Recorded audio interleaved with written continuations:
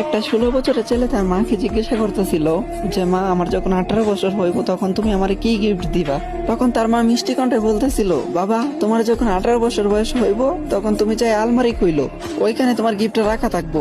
কিছুদিন যাইতে না যাইতে এই ছেলেটা অসুস্থ হয়ে পড়লো। তখন তার মা তারা নিয়ে ডাক্তারের কাছে গেল। তারপরে ডাক্তারে অনেক পরীক্ষা নিরীক্ষা করার পরে জানতে পারলো যে ছেলেটার 2টা কিডনি ড্যামেজ হয়ে গেছে। এই কথা শুনে তো মা পুরোপুরি ভেঙা পড়ছে, অনেক কান্না করতেছিল। তারপরে এমনি এমনি 2 বছর গাইটা খেলো। 2 বছর পরে যখন ছেলেটা পুরোপুরি ভাবে সুস্থ হয়েছে, তখন বাড়িতে যখন ফিরে আসলো, তখন ছেলেটা জানতে পারলো যে তার মা আর বেঁচে নাই। তার মা তারা চাইরা অনেক আগে চলে গেছে। তখন ছেলেটা অনেক কান্না করতেছিল, আর কান্না করতে করতে তখন মনে পড়লো যে আলমারির কথা। তখন সে আলমারির কাছে যায়, আলমারিটা কইলা দেখলো ওইখানে একটা গিফট বক্স রাখা। যখনই গিফট বক্সটা ওপেন করলো তখনই দেখলো ওইখানে একটা চিঠি রাখা। আর এই চিঠিতে লেখা ছিল, এ আমার কলিজার টুকরা।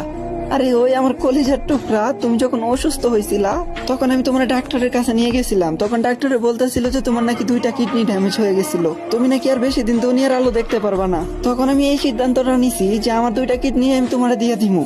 হাই, এখন কি ভাবা যায়, মা তো মাই হয়, তাই না? হে আমার কলিজার টুকরা, তোমার কি মনে আছে যে তুমি বলছিলা তোমার 18 বছর হইলে আমি তোমার কি গিফট করবো? হে আমার কলিজার টুকরা, হে আমার শেহজাদা, আজকে তোমারে আমি আমার 2টা কিডনি দিয়ে যেতেছি।